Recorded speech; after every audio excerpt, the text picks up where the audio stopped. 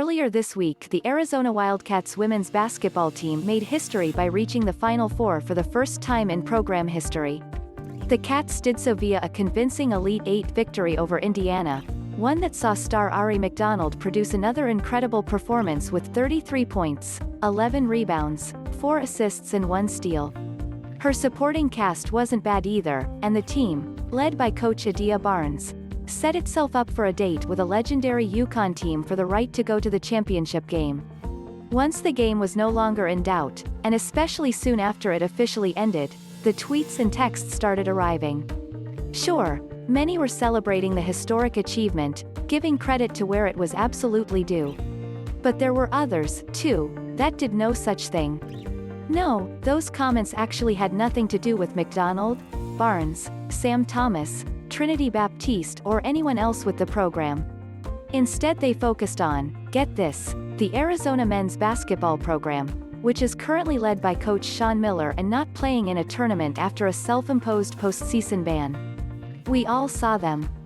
Most were about how Barnes guided a program to the Final Four before Miller in half the time, inferring that Miller is a failure or should be fired. Others were meant to juxtapose the two programs and show that the men's team is in rough shape, ostensibly because the women are doing well. That of course doesn't make sense, but no matter. Why be excited for what the women are doing when one could use it as a springboard to take shots at Miller and the men? It was, and is, ridiculous.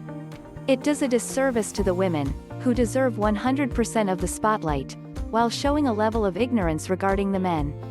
Aside from their teams needing to do the same thing, put the ball in the basket, the women's and men's games could not be more different. But that's not the point here, not at all.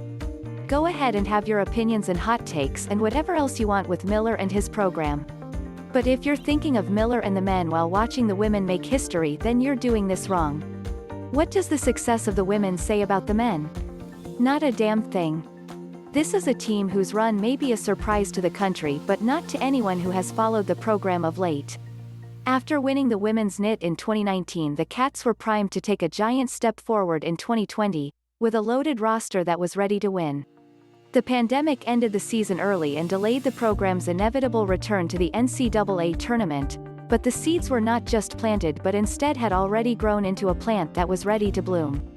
Arizona finished ranked 12th in the final AP poll. McDonald was named to the AP All-American Second Team and was a finalist for the Naismith Defensive Player of the Year.